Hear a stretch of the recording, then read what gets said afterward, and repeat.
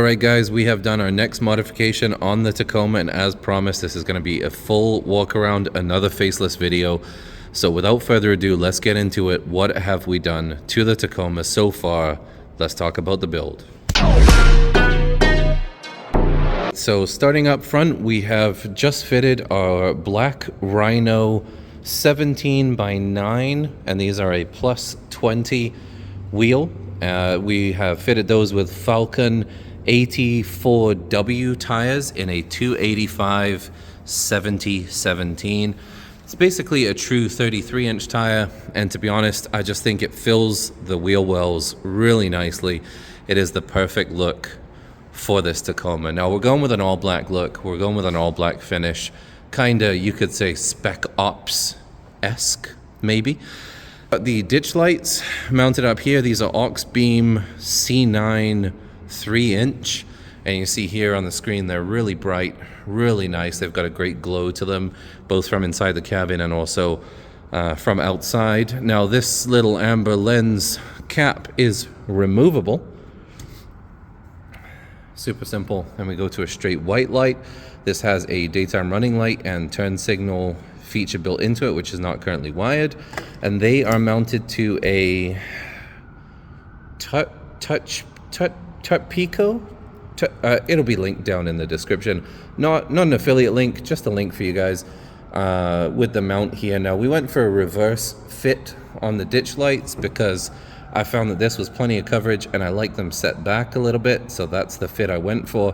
Now a lot of people will opt to flip this mount forwards and have more angle down. They are ditch lights after all, but their light projection is plenty, so I didn't find I needed that, and I wanted them sat back a little bit more rather than hanging off here off the front. So next mod is going to be our RCI bedrack. This unfortunately had a bit of a wait list, and we purchased it from Capit in Langley, BC. Awesome guys, great service. What's important about this is it's been tested up to 1,500 pounds.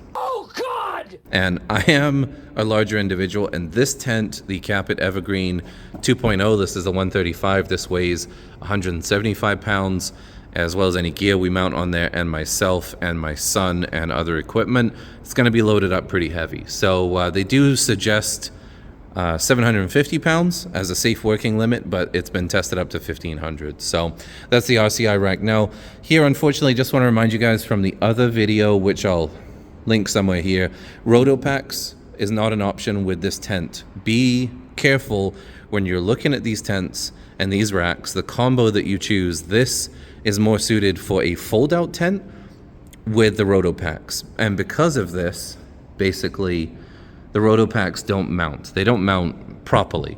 So we've gone for some smaller jerry cans, which you'll see in a future video, and on the other side we're going to do some hard cases for storage. Now in the back we just have the factory wheels because we had these black Rhino Shoguns put on today. But just a quick shout out, this Capit Evergreen is awesome. One of the things I love about it so much is the easy 2-latch opening and it's set up. But the fact that with the 12 HD RCI rack, you get a completely flat roof line. Really helps with fuel economy on the highway. I've been getting 10 liters per 100 all day, no problem. That was prior to the wheels and tires. But that rack and that tent, very good combination if you don't want a huge wedge wind barrier at the top of your truck. Alright, so that's it for today's video. That's the walk around, and of course the centerpiece, the black Rhino Shogun wheels. Let us know down in the comments what else you want to see. What should we modify next? Should we do the side step? Should we do the grill? Do we need a roof rack? Do we need a roof? I think we need a roof rack. Anyway, let us know in the comments. And don't forget, we do giveaways all the time of JDM mystery boxes, and subscribers get $100 off any JDM import from Japan. Any K car, S15, Nissan Skyline, doesn't matter. If you're a subscriber, you're getting that discount. So that's it for us. Thank you so much for watching, and don't forget to like and subscribe. Bye for now.